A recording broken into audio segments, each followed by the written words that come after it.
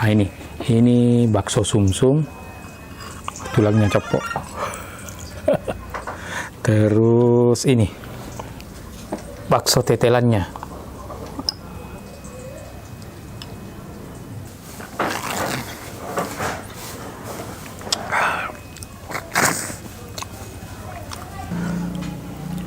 Kita coba kikilnya cepok.